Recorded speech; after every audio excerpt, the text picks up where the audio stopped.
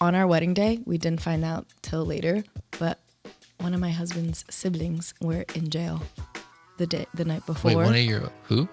One of my brothers-in-laws. Oh, okay. So maybe this doesn't go in. Maybe it does. I don't think it matters. It can go in.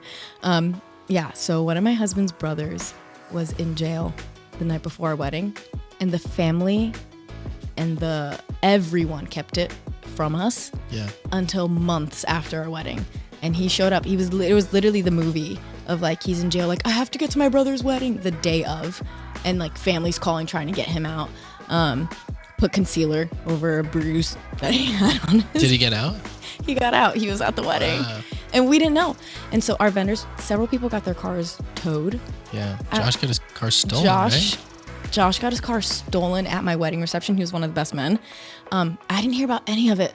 Literally none of it until way after my wedding. Best thing ever. Trust your team. Pick a team that on the day of will not tell you anything bad that happens.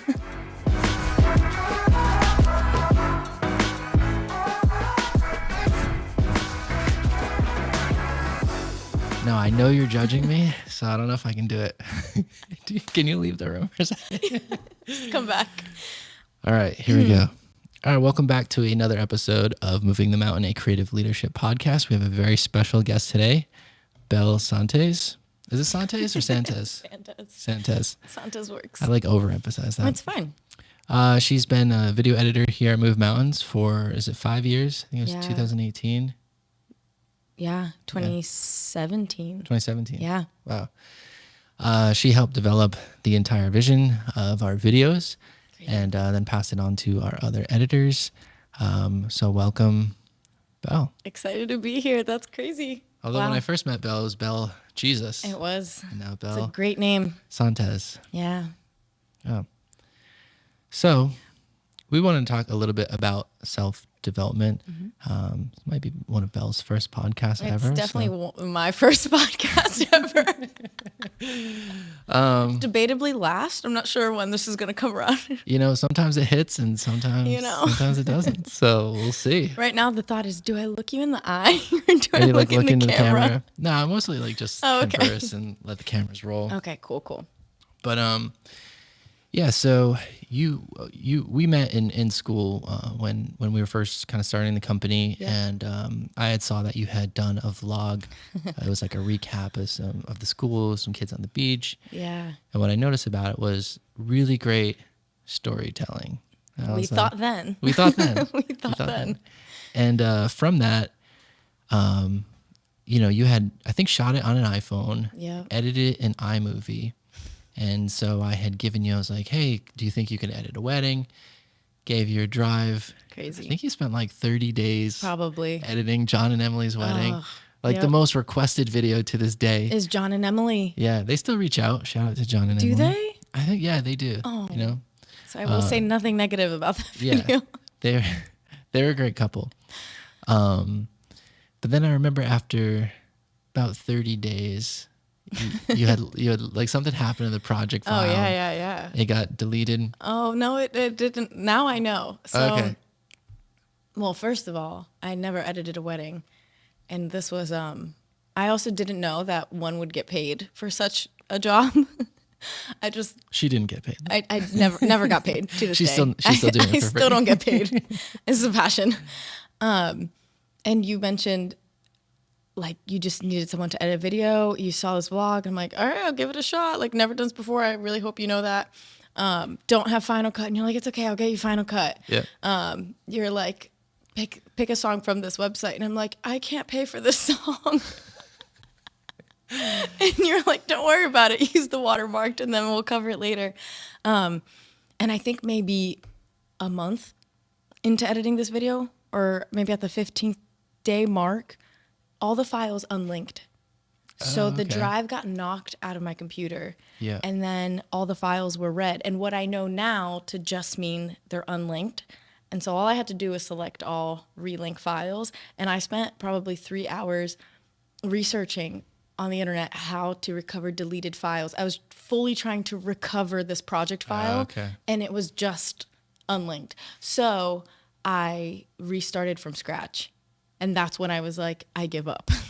Yeah. And I said, I can't do this. And you actually told me that. You're like, yeah, I can't do this. I'm just going to give you back the drive and Forget me. yeah, move on from me. Hey, this is it for me. Oh, man. And we had just learned something, and we were going to a leadership school. We just learned something, and I was like, oh, I should put this into practice. And I was like, What a time. I was like, you took it. I was like, you should really complete the project. Finish what you started might have been the worst. Finish what you started. Yeah, that's a good way to put it. And you did. And I thought it was pretty good, for the first one. And I was pretty desperate too. I think I had like 34, 35 plus videos. You were like, hey, you're a month into this. Yeah. And I need this done. So can you just please do it? I can't go back. Oh, man. And then it was that second video. I was like, Olivia. Yeah. And someone. Yeah. Yeah. And I was like, edit all our videos. Yeah. After that one. I was so nervous about that video. So nervous to send it. And I think I sent it at like probably midnight. And your response was, can you please edit all of our videos? And I was like, yeah. It wasn't even like, wow, this is what I was expecting. It was like, Keith doesn't hate it. This isn't bad. Yeah, I had no idea. No idea. And I was super relieved because I finally found someone to edit all these videos. I had brides hitting me up every day in class. I was like stressed, like literally still in class. shooting weddings, and that was a brutal time. But travesty. What I thought was like really great and a really great quality that I find to be rare is like self-development, where it wasn't just you applied what you knew at the time to the project. You researched, I remember, hours and hours and hours, dedicated hours and hours behind the scenes. Like you'd watch all types of wedding videos. We would talk about different wedding videos. I'd send you wedding videos. We'd kind of kick back different ideas for wedding videos. Yeah. And I feel like that's something, we had a conversation the other day, that's still something you do. Mm-hmm. You watched one of our big inspirations, new wedding teaser. And yeah, you were kind of like breaking it down. Like, how does he do this? How does he do that? And I think that's like a rare quality, self-development, where you spend your own time researching it. Now, is that something that like is just like an innate thing with you, or is it just your desire to want to get better? Where do you feel like you got that? I didn't know to put this into words probably until a year or so ago, but I realized that I like a challenge, and probably to a detriment sometimes. I can thrive under pressure. And so that often also meant like procrastinating, because I knew that I would thrive under pressure and then in the last moment feel the like existential dread at how much I had to do, but then always be proud of the work. And so now looking back, I think it was first realizing that this world exists. Because I didn't know that editing a vlog on iMovie that I filmed on my iPhone was anything that could become anything. I had many failed YouTube channels. But I think that once I was presented with the opportunity to do it and then shown someone way better than me at it, the challenge was there. I was like, oh, so people make money doing this and they do it really well. And if they can do it, like, why can't I? Right. And not from a place of like, oh, I can do it, but just like logically and practically, if any other human could do it, like, what are the odds that I'll fail at it? Right. And then, so I think that I can put words to that now, but back then it probably was just the drive of a challenge and being really excited to get into this world and excited that I found this thing that I was good at that I didn't know I was good at. Right. And then being presented Henry, which that was a huge resource.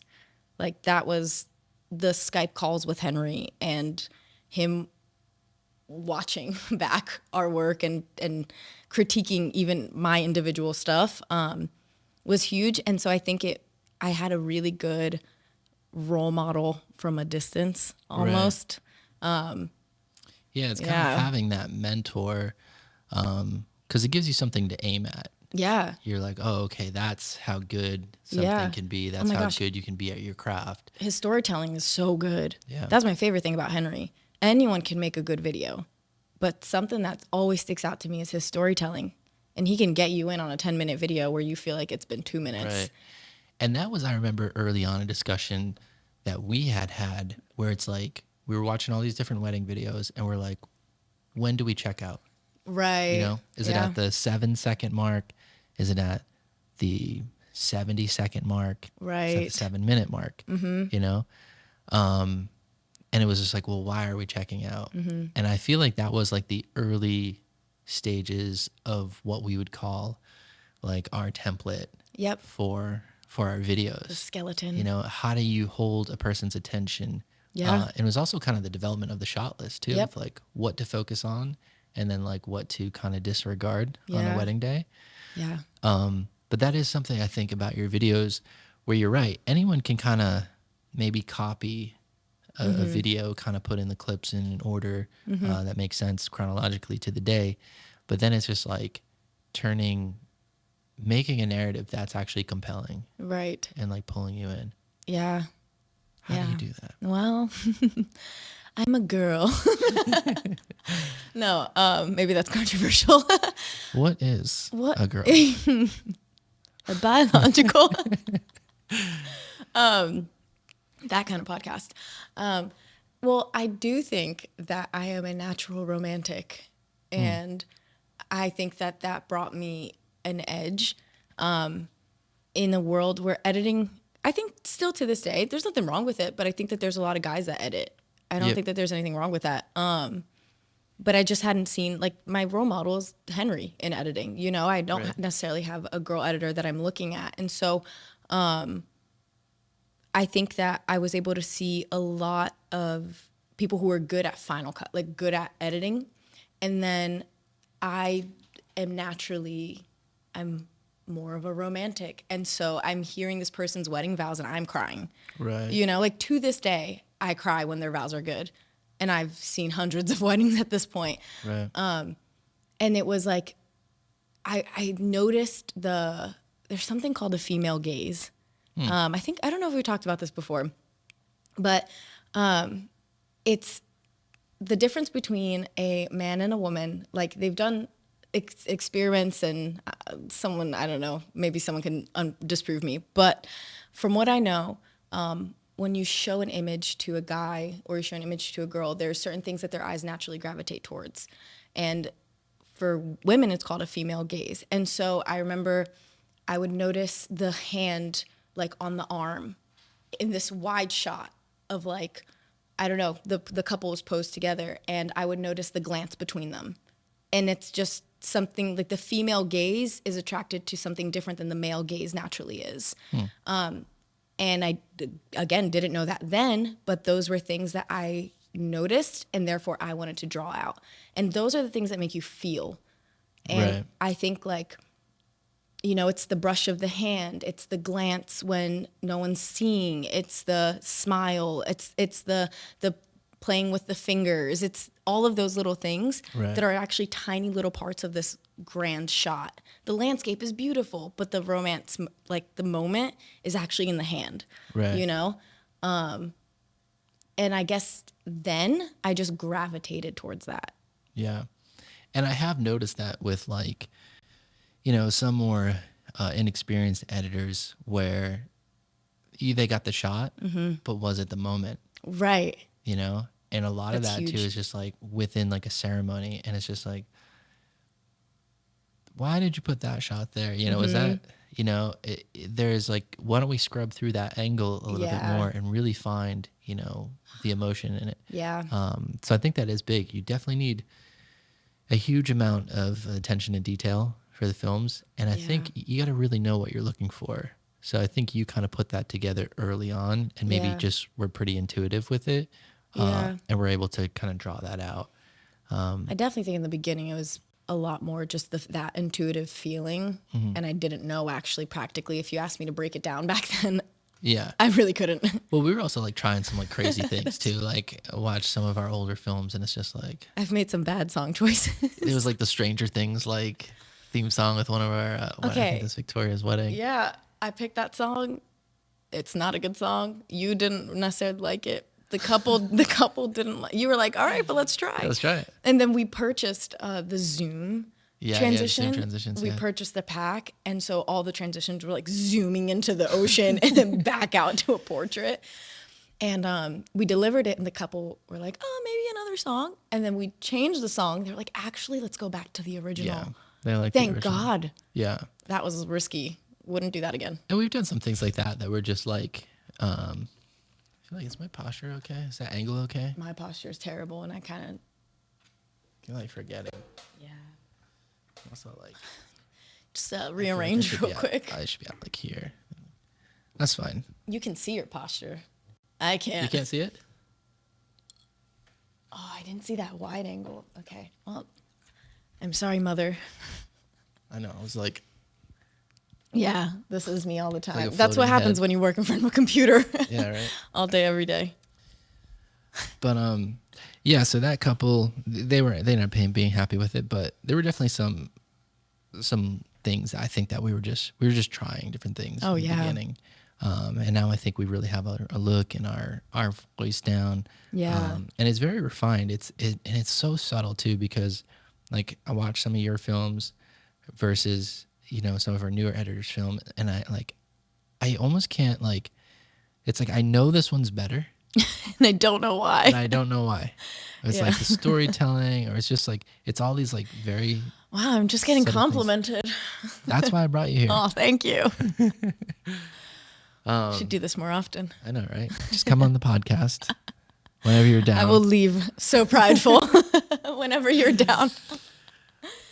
Oh man, but that's tricky. I think that one thing you can train someone, but I was talking to a hairstylist about this last week, and she's been doing just cutting hair, no color. She decided to become an expert in cutting for 30 years.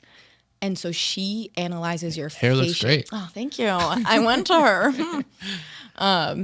You sit down and she analyzes your face shape, and she's getting into all of these intricacies. She's like taking into account how you're talking and how you carry yourself and what you wore to the appointment, and like putting all of this into a profile and bringing that into how you cut your hair. And I was realizing, and she was mentioning, we were talking about the wedding photo industry and saying how you can train someone to cut great hair, you can train someone to take great photos and to edit great films, but you kind of can't teach someone your eye. Right. Like, it's just your eye. And it's good in some ways because someone else has their own eye. And so you kind of don't want to take away someone's own eye, you know? Right.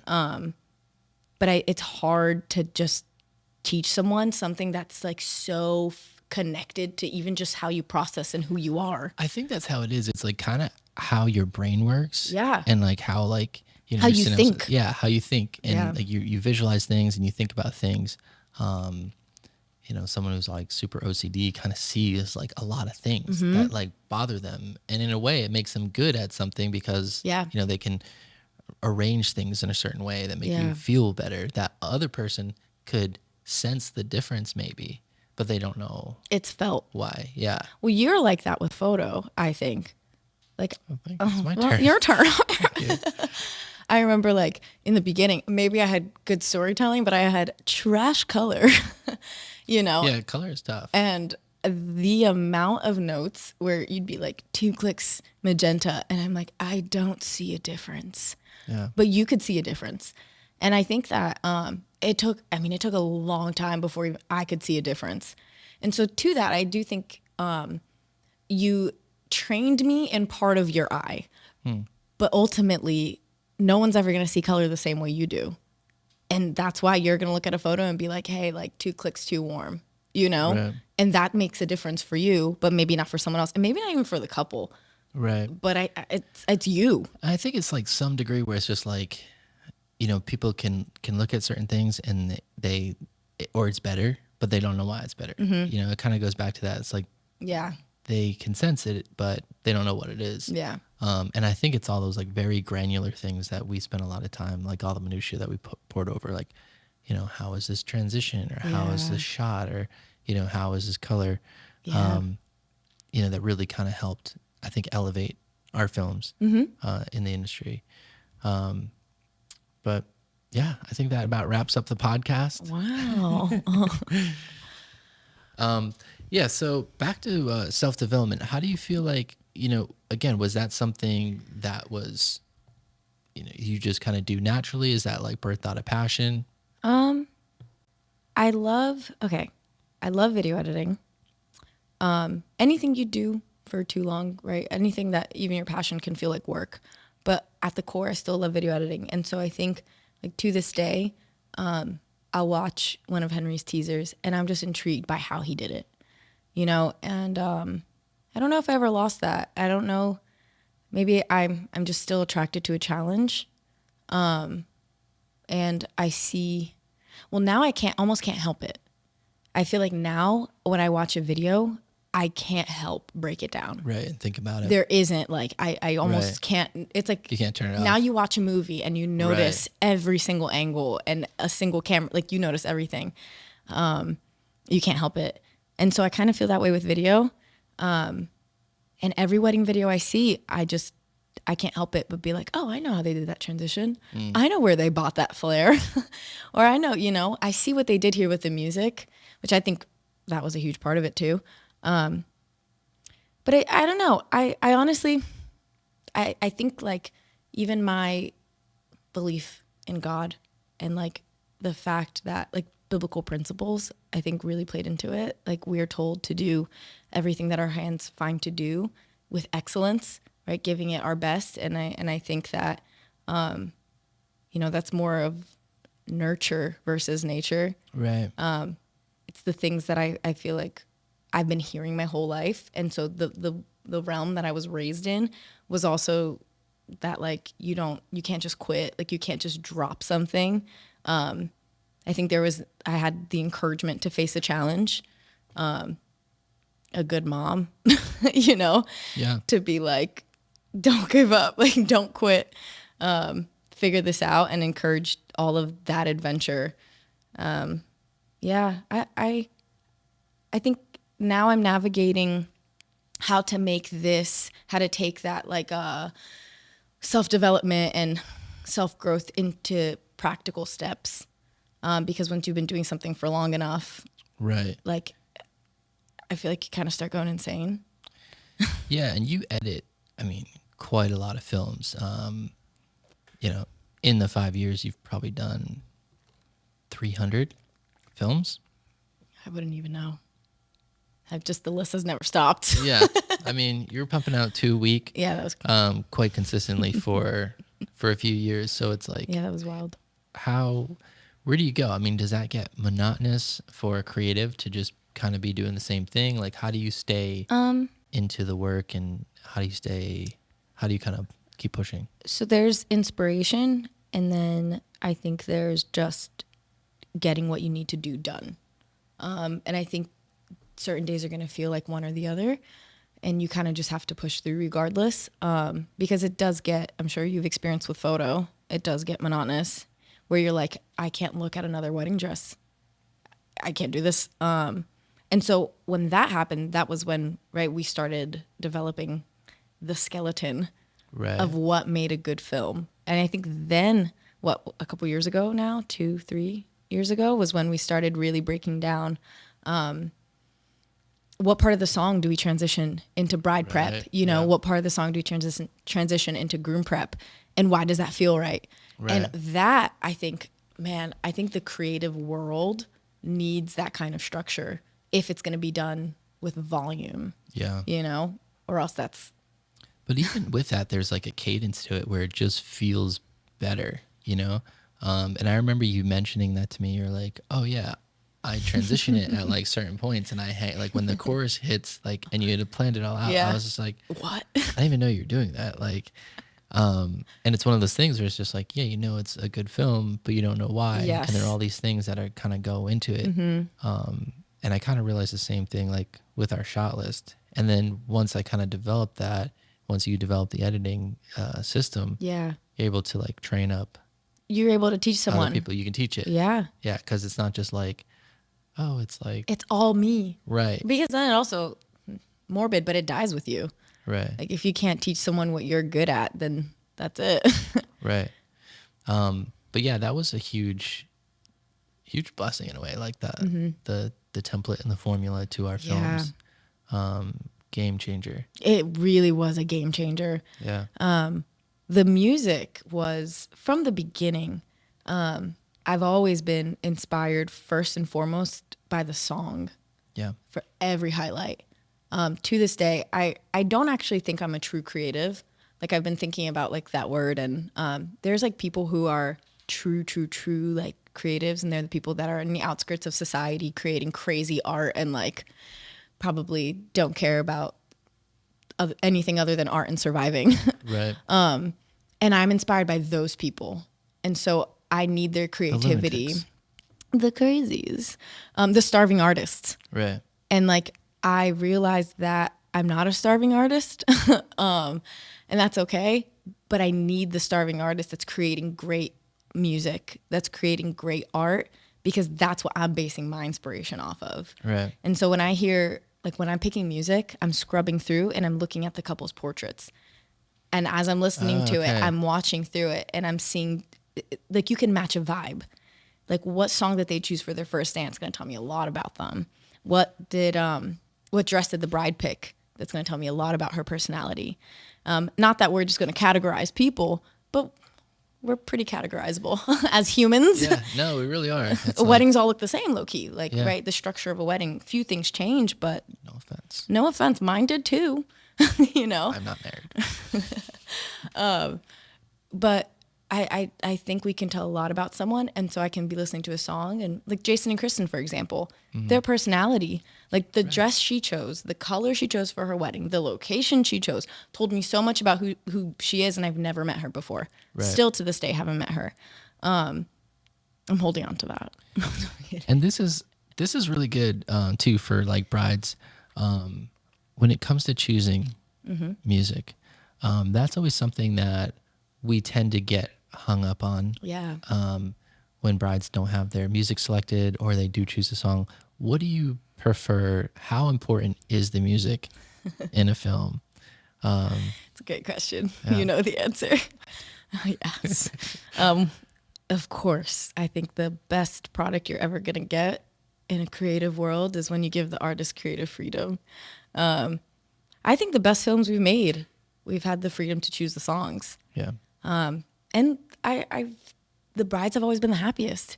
Right. Yeah. And I love when they tell me like things about their personality and things about their wedding. There's like a box right in the day of form that says like things that are important to you throughout your day. I love that box. And so when they're not filled in, I'm like, you know, because that gives me an insight to like what's important to you.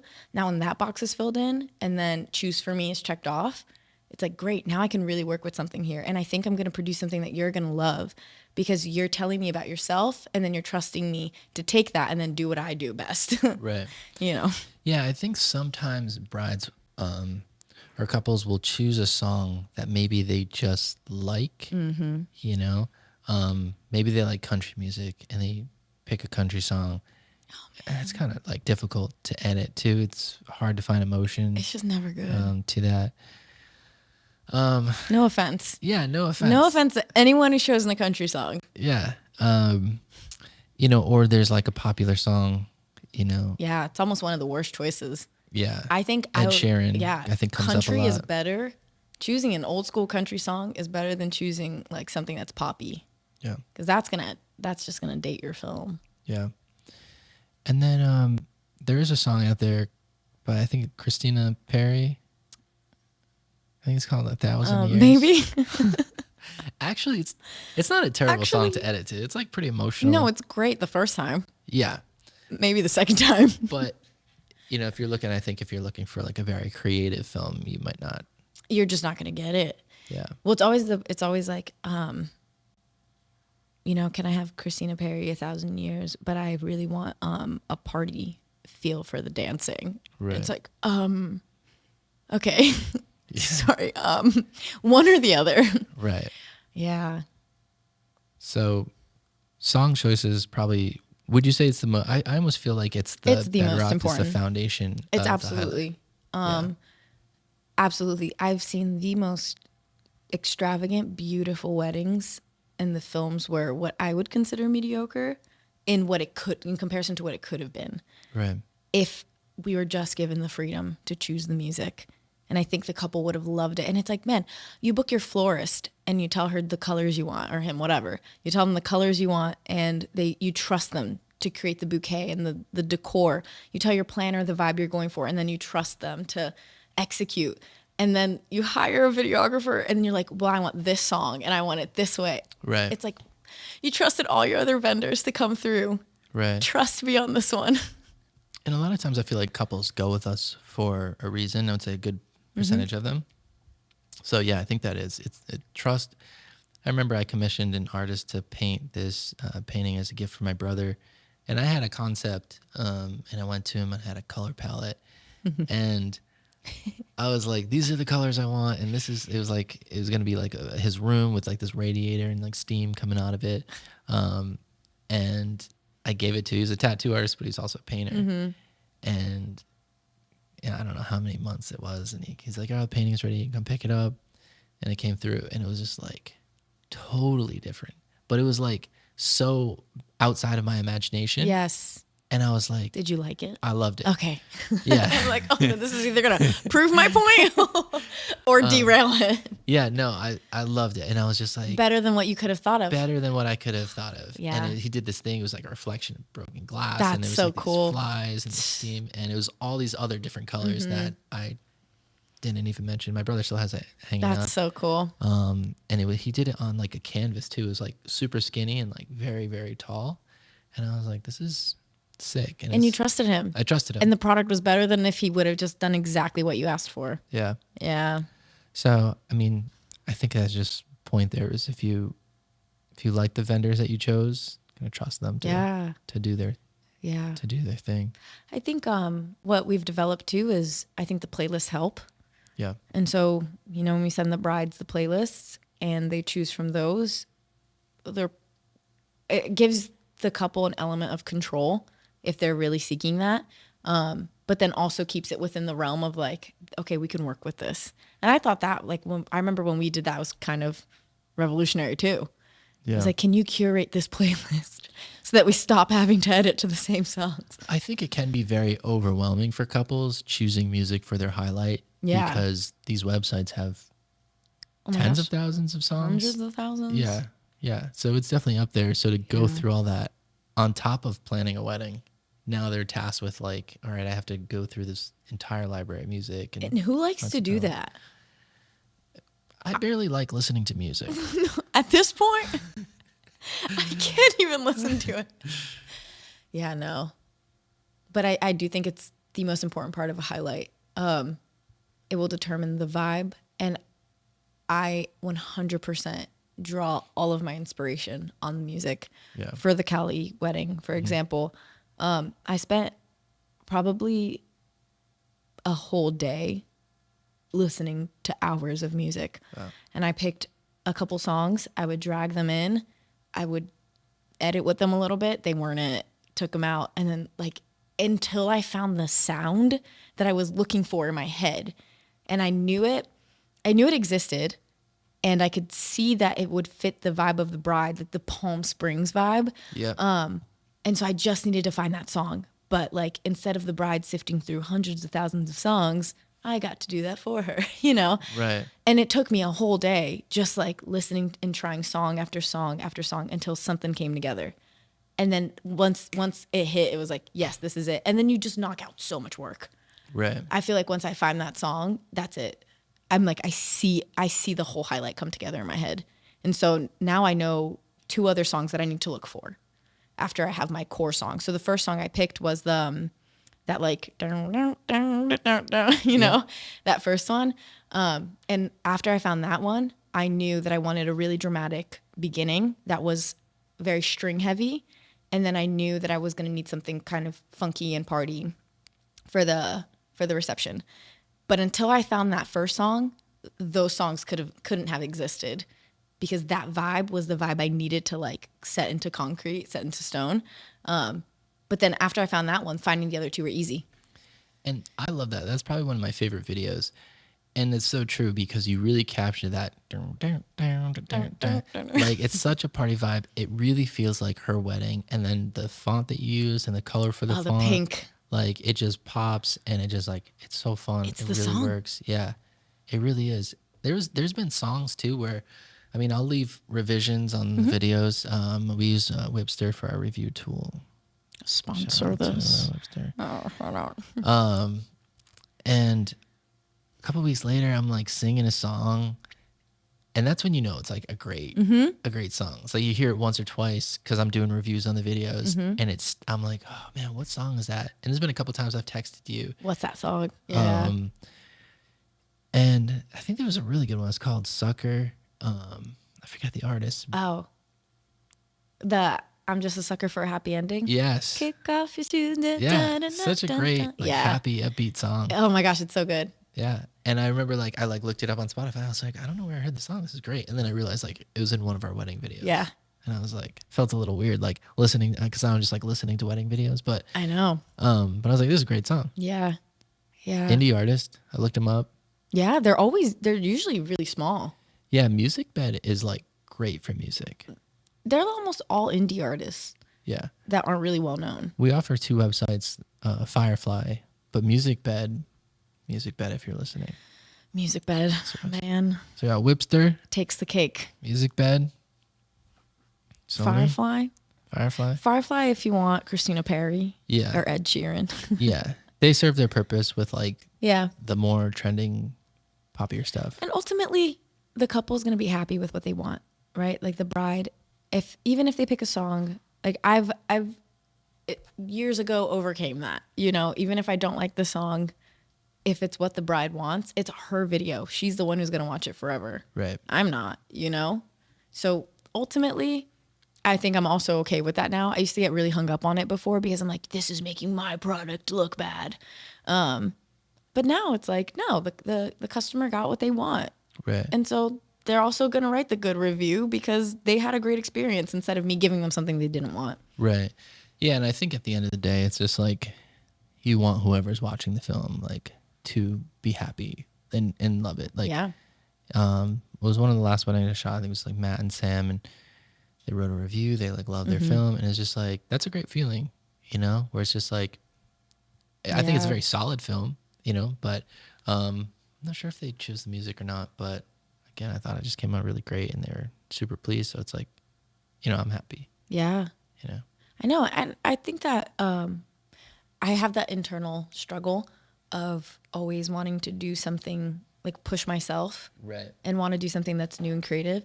And so versus realizing like, okay, but the format's also great and Right.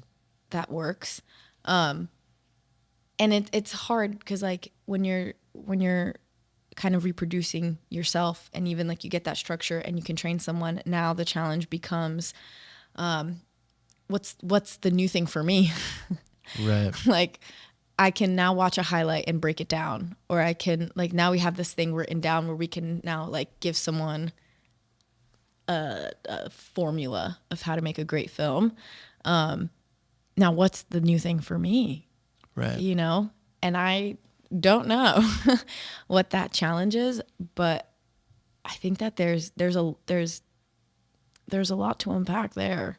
But that keeps the fun. Yeah.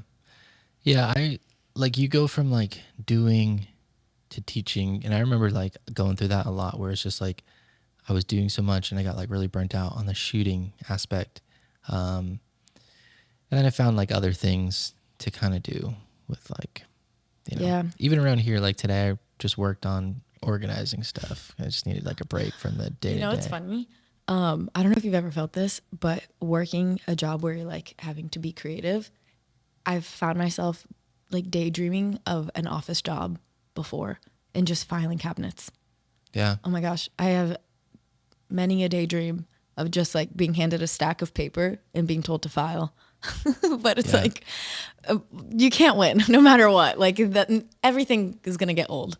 Yeah. Sometimes it's, and that's, I mean, that's, I kind of have that a little bit. Like if I need to take a break, like I can just do something. Like I'm organizing draws today. And I think it's just because my body is so like Yeah.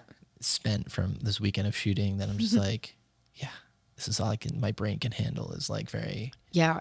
you know. And if you don't, I think what I'm learning now, and I wish I kind of knew before, is if you aren't attentive to that, you're doing a disservice to your future self that needs to show up and be creative. Yeah. Because then you're not giving your brain the time to breathe. Right. And then how are you going to think of anything new? You Right. know? Yeah. How do you handle like the like workload of like constantly consistent? Is it just kind of the format and kind of leaning on that?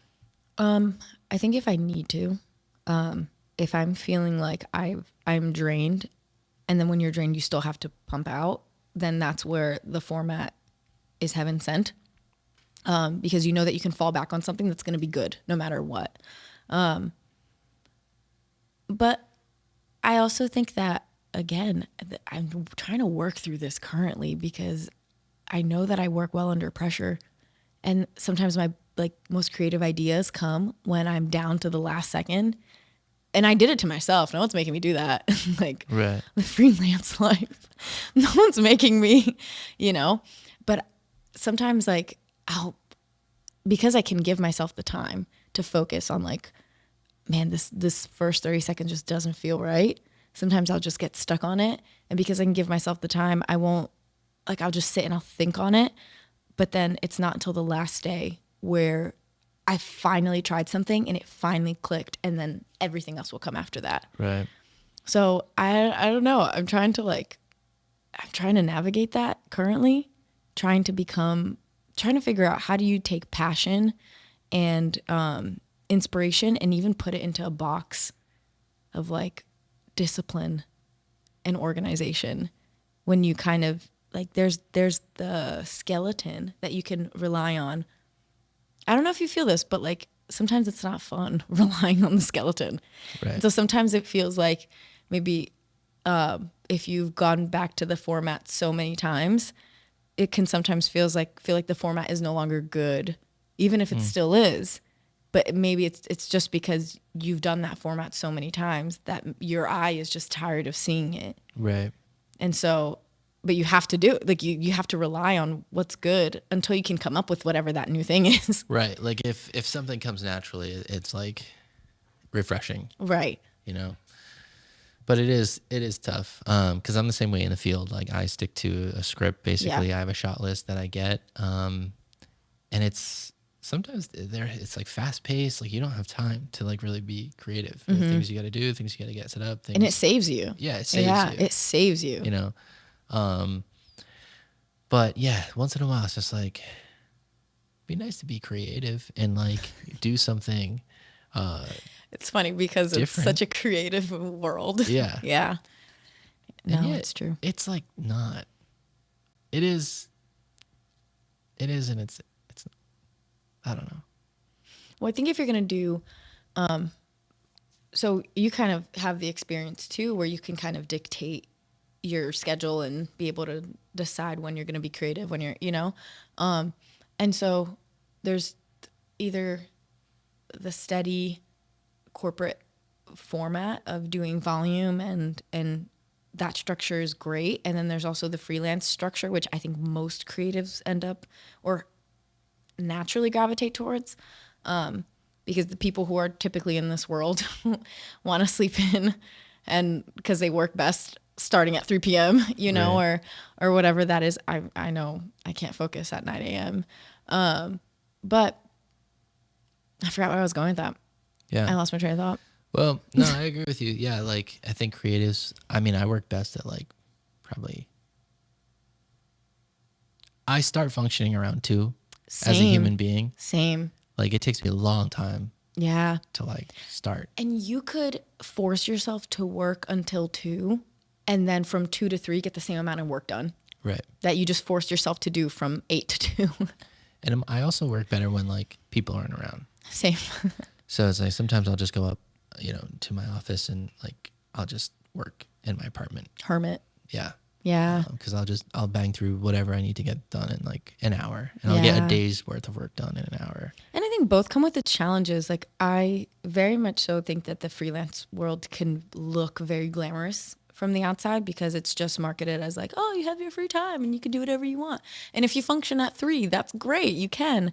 But then it's also like, yeah, but if you start working at 3, you start seeing the beauty in the 9 to 5. Because if you start working at 3, it means you're probably going to be working at 8, Right. when everyone else is off.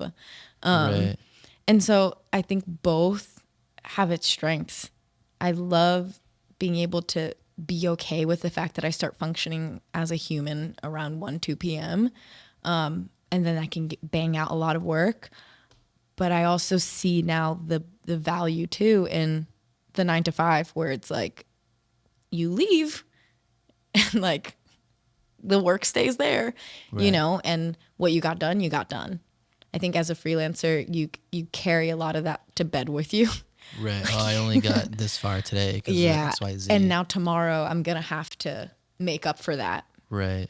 Which in a 9 to 5 structure, I think that's not, you can separate that a lot more. I don't know if you've had to I know for me, I've had to fully separate at my house. Like, this is where I work. This is where I live. And I don't step into where I work unless I'm going to work. Right. And like in the morning, I wake up and I walk out of my bedroom and I don't walk back in until it's time for me to go to bed. Yeah. I live in a studio apartment. I work in bed. So like my desk is literally right next to my bed. Okay, so just kidding. I often wake up and start like answering emails before I even shower. Oh man, I am a crazy email checker. Yeah. Constantly checking my email. Yeah. Well, that's good. Yeah. I sent you an email. It was like 1 a.m. I guess I didn't realize that. Oh yeah, but I'll be in my email inbox. Email. I'm like, Perfect. Send me a text. Won't look at it. Send me an email at 3 a.m. This must be important. I'll be there. Yeah.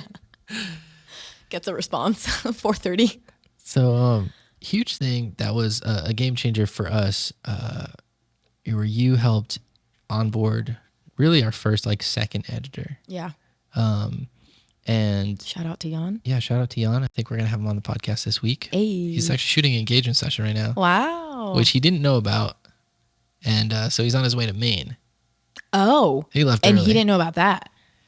Yeah, it was on the calendar, but Brittany's like, "Hey, just reminder, you have the engagement session, Creatives and calendars. right?" So, but yeah, I remember, you were training him on it. It's hard to find a good video editor. It's very hard to find someone with like a natural, Yeah. raw talent that you could work with. But we were training him up. What was that like? How was it? What are the pain points there? Oh, wow. Teaching. So, Jan, this is about you. Yeah. Well, that was a new experience. And I'm glad that you had trained a lot of people with photo. And so you had experience at least on how to like just duplicate yourself. And so I was able to I think I was able to take a lot from that. You were able to clarify let's break this down. Let's break up the structure. If you could write this down for him and kind of help in that way. But initially I think what we did was just have him watch me Yeah. for probably longer than he had to. Yeah. And just shadow. And I honestly, I hold to that. I don't know if everyone learns in a different way, but I learned so much. Like, I almost don't want someone to break it down for me. I just want to watch them do it. Right. And just watch them for hours. And just ask questions. Just ask questions. Exactly. Yeah. And then ask them to like do it again. Yeah, but we had him shadow for probably a couple weeks and then take a highlight and then repeat it frame by frame. Mm-hmm. And it was the same wedding, I think. He was recreating a highlight. So same couple, same wedding, same everything. And then from then, it was a new couple, same, like copying a highlight now with a new couple, new wedding, and just like copy the structure and the workflow. And what was cool about that is the fact that we got to see the pain points. We got to see like what's sticking and what's not. And so when he copied a highlight that was the same wedding, same couple, frame by frame, I got to see, okay, he understood to download the same song. He understood where the cuts are supposed to be, but he didn't catch that I stabilized every single clip. Right. He didn't catch that I actually only used a 3-second portion of the 6-second flare. And so I'm doing that stuff all the time where I'll take like a flare and I'll flip it upside down, use a millisecond of it, and then bring the opacity down, Right. to try to create something new with it. So I got to see how much he retained, and that was really helpful. Or even like, okay, he got the same part of the speech, but didn't tweak the audio, didn't get the levels right, or the song dropped too harsh. Right. And I thought that was so valuable because you actually had something side by side to look at. Right. And so you could compare every single frame. And I honestly think that that's one of the best ways to work and to learn. Right? Good artists copy, great artists steal. I think there's a lot of value in stealing, but copying, especially in the beginning. Right. Yeah, it's almost like, I remember I used to draw and I would like trace the comic books. I'd have like tracing paper. You draw? I did draw. You I had your- dabbled Some with may drawing. mention a TikTok sketch phase Oh my at god. the height of the pandemic. That's right. That's right. That was the first I ever heard of you sketching or Yeah. drawing. It was cool. Yeah, I took a drawing class in college. Wow. Because I was trying to like revisit my roots, Go back But to the starving I would artist. draw a lot. That's cool. Yeah. And I'd love to like still do those things, kind of like touching on like creativity and all that. It's like, yeah. What's the new thing? Yeah.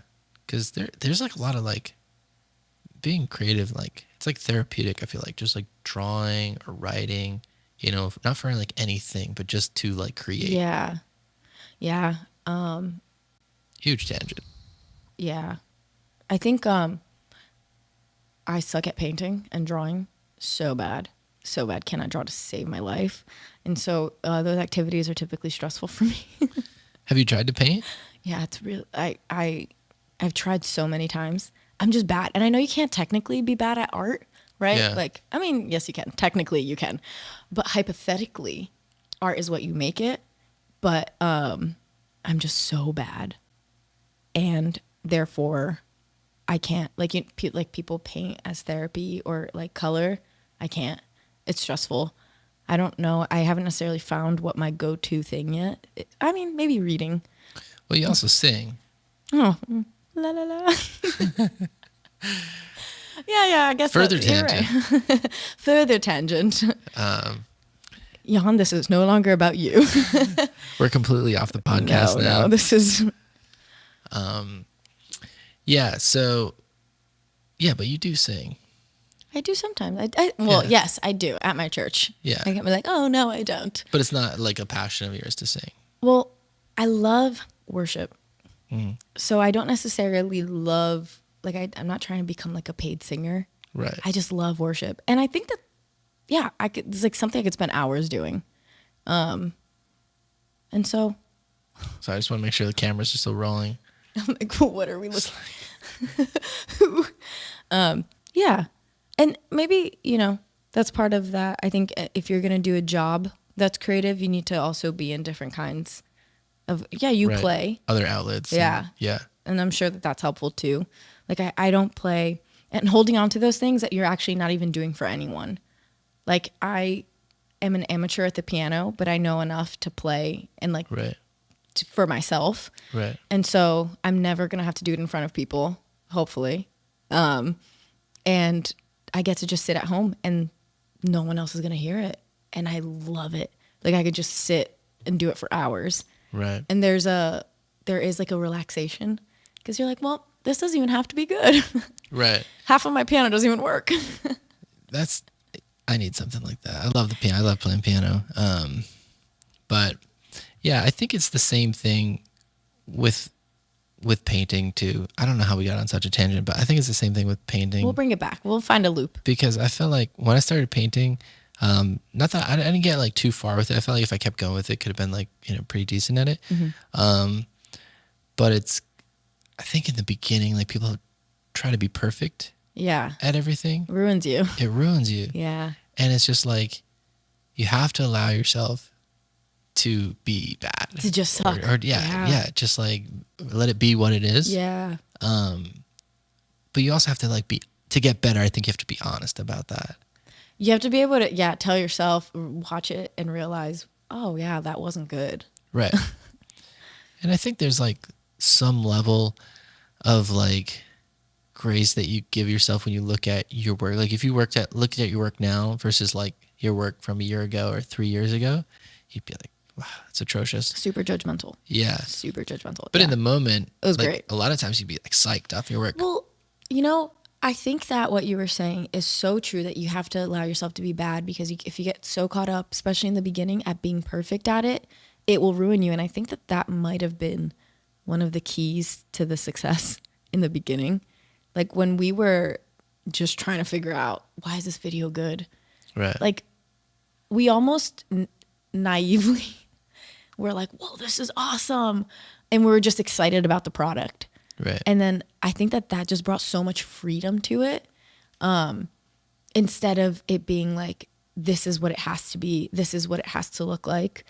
I think that maybe if I knew about the world of editing before, if I knew about the world, because I mean, I like to edit my own stuff for fun, but if I knew about video editing, I really think it would have like made me stuck. I don't think I would have been able to just walk into this, like the John and Emily, and whatever that second one was, Olivia and someone, blindly, and be able to create something that maybe was fresh for the moment. Right. If I understood all the minutia, that came with the wedding industry. Right. Yeah, it was just kind of, those two films though, I mean, you hit like very well. But yeah, I think having the pressure to be perfect can really kind of kill something. Which, here's where we bring it back. This is it? This is it. You have something? I have something. Okay, Ready? good. With Jan. I think that the new editors I give props to them, because when we were doing this, we had nothing to compare it to. Yeah, it's very true. And we just, it was only up from there. Right. There was no way it was going to get worse.